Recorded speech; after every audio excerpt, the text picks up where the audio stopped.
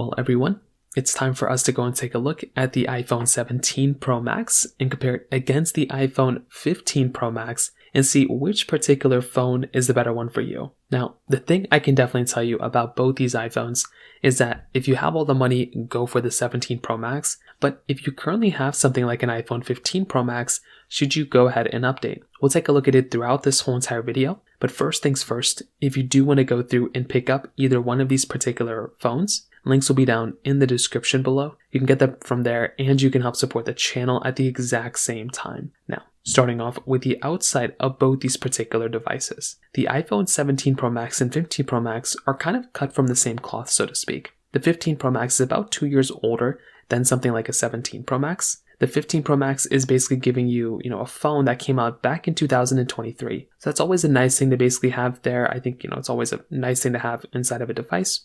So with this type of phone, you're basically going to be getting a 6.7-inch Super Retina XDR OLED display. So this type of phone and this type of panel is still pretty good for the most part. It's 120Hz ProMotion display, and it is going to be giving you like a pretty good type of experience for sure. So, this type of panel gets 120Hz. It's a beautiful type of panel for the most part. There's not really that much to hate on it here. And it's more or less what you'd expect. So I definitely do like being able to go through and pick up a device and pick up a phone that's going to be giving you that type of capability from that side. And if you are going to go through and pick up a phone in and of itself, I do think that is kind of one of those nice things there. So without a doubt, if you're going to go through and pick up a phone from that side, the, iPhone 15 Pro Max still holds up very well. And it definitely is a phone I'd recommend people to buy. Now, with something like an iPhone 17 Pro Max, this one is definitely going to be a much better type of experience for a lot more people out there. So with something like an iPhone 17 Pro Max, this one is basically going to be able to go through and give you a 6.9-inch Super Retina XDR OLED display. They're both LTPO panels, but the iPhone 17 Pro Max is giving you a slightly bigger type of display. You're getting the dynamic island on both and stuff, but kind of less bezel on the 17 Pro Max too. And it's a big phone, and it's going to feel really good in the hand compared to some of the other, competitors like an iPhone 15 Pro Max. So I will tell you from that side, you are definitely going to be able to get a really good type of experience between both. And when it comes down to it, the 17 Pro Max definitely feels a lot more premium. Now, on top of that, I think another important thing here too is that between both, once again, these types of devices are going to be able to give you like a good type of experience regardless of everything else. The iPhone 15 Pro Max is basically going to be able to go through and, still give you a good feeling, build quality and everything like that. The iPhone 17 Pro Max does actually go through and give you that camera button on the side, which is really nice. They both give you really good type of capability on other areas too. So, they're still both like very good like flagship feeling devices. But if you're going to go pick up one, I would probably say something like an iPhone 17 Pro Max is going to definitely feel like a more premium flagship type of device compared to something like an iPhone, 15 Pro Max. But if the 15 Pro Max, it still holds up really well. Like I would hate for you to think that this phone is not a good phone or anything like that, because it still is like a really good type of device when it comes down to it from that side. So at least from that perspective, that kind of covers it up there a little bit too. Now, on top of that, I think another really important aspect of these devices as well is the fact that when you kind of take a look at both, something like an iPhone 17 Pro Max, that type of device still is giving you, a really, expensive phone, $1199. And that is going to be one of those types of key areas and key things to kind of keep in mind there too. Because if you're going to go through and pick up a device, you probably don't want to have to go through and pick up a phone that's going to be like insanely expensive. And with something like an iPhone 17 Pro Max, that type of device is going to be like, substantially more expensive than a used iPhone 15 Pro Max. So that right there is going to be just another one of those really important things to keep in mind there from that side as well.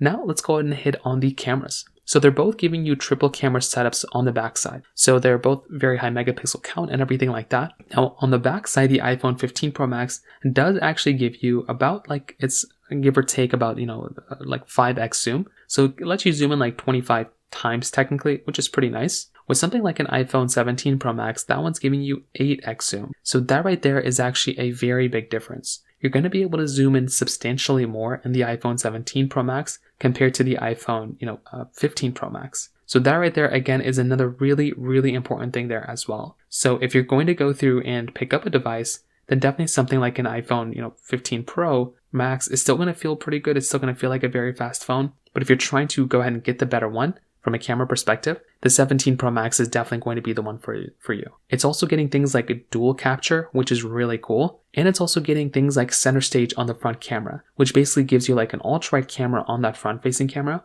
And that right there is also a really nice thing to basically experience there from that type of device as well, which I'm really, really happy about. So at least from the camera perspective, I'm a really big fan of both of them, but I definitely do feel like something like an iPhone 17 Pro Max is a better camera, but the 15 Pro Max is still very good as well. Now, on top of that, when it comes down to their software longevity, this is also going to be another important aspect. So they're both going to be able to give you like a good long lasting phone, but the 17 Pro Max is definitely going to be the one that's going to last for a longer period of time. So if you are wanting the device that is going to last for a longer period of time there, then definitely something like an iPhone 17 Pro Max is probably going to outlast the 15 Pro Max by a couple of years. So if you're wanting the phone that is going to be like, lasting a couple more years, then definitely something like a 17 Pro Max is probably going to be the one for you. But at the same time, I do think if you're going to go through and pick up these types of devices, then definitely something like a 15 Pro Max is still going to be fine. It's not really going to be like a crazy big deal or anything. They're also giving you inside an A17 Pro chipset